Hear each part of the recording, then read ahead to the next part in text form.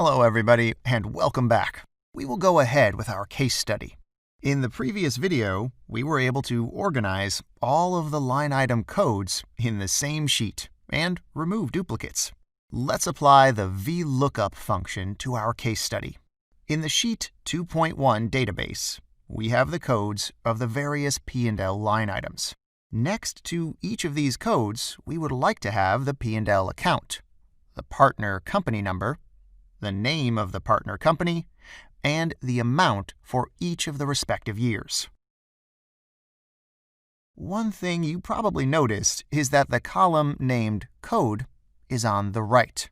This will impede us from using the VLOOKUP function immediately. There are two solutions to this problem. 1. Use another formula, or 2. Modify the source worksheet. Let's do the second option. Going back to the FY 2016 sheet, I'll insert an empty column to the left, and then cut and paste the column containing the code. This would allow me to perform a VLOOKUP function for the P&L account, partner company, and name of partner company.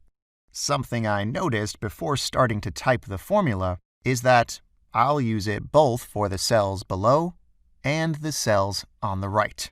Therefore, when typing the first criteria of the formula, the lookup value, I will fix only the column references.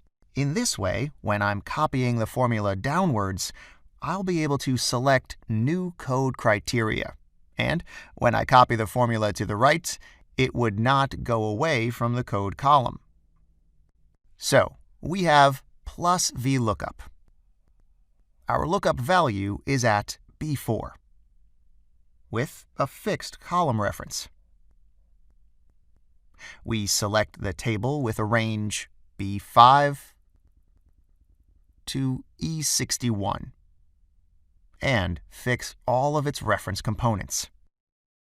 Generally speaking, when using VLOOKUP, it is a good practice to fix the references of the source table completely. The P&L account is in the second column of the source table, so we select 2 as a third argument of the function. The fourth argument will be false, because we are looking for an exact match. Now if we copy the formula for the rest of the code values, we will find the matches it has in the 2016 worksheet. Some of the cells display NA, but this is understandable, as these codes were available only in 2017 and 2018.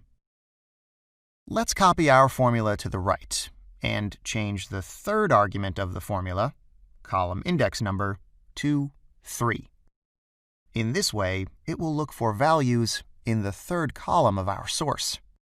Next, we will have to do the same thing for the column titled Name of Partner Company, changing the column index number to 4. You probably noticed these X's I put on the bottom of the page. They allow me to quickly go to the bottom of the data table and paste the formulas I'm working with.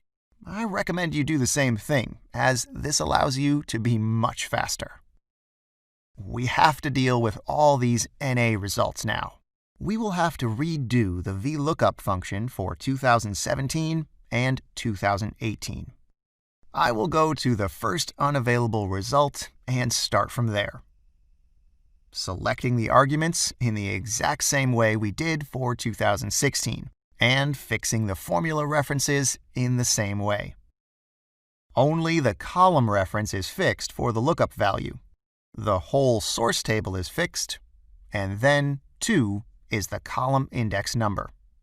Let's go to the right, copy, and change the column index number to 3. Now again, let's go one more time to the right and copy our formula, changing the column index number to 4, as we are looking for matches in the fourth column of the source. Pasting these formulas to the bottom, we are able to update the results of all values which we did not have in 2016, but we had in 2017. Now we need to do the exact same thing for 2018. We go to the source of 2018 data and redo the VLOOKUP formula, starting from the first NA result. After finishing this exercise, the final result has to be that there are no more not available errors. Thanks for watching.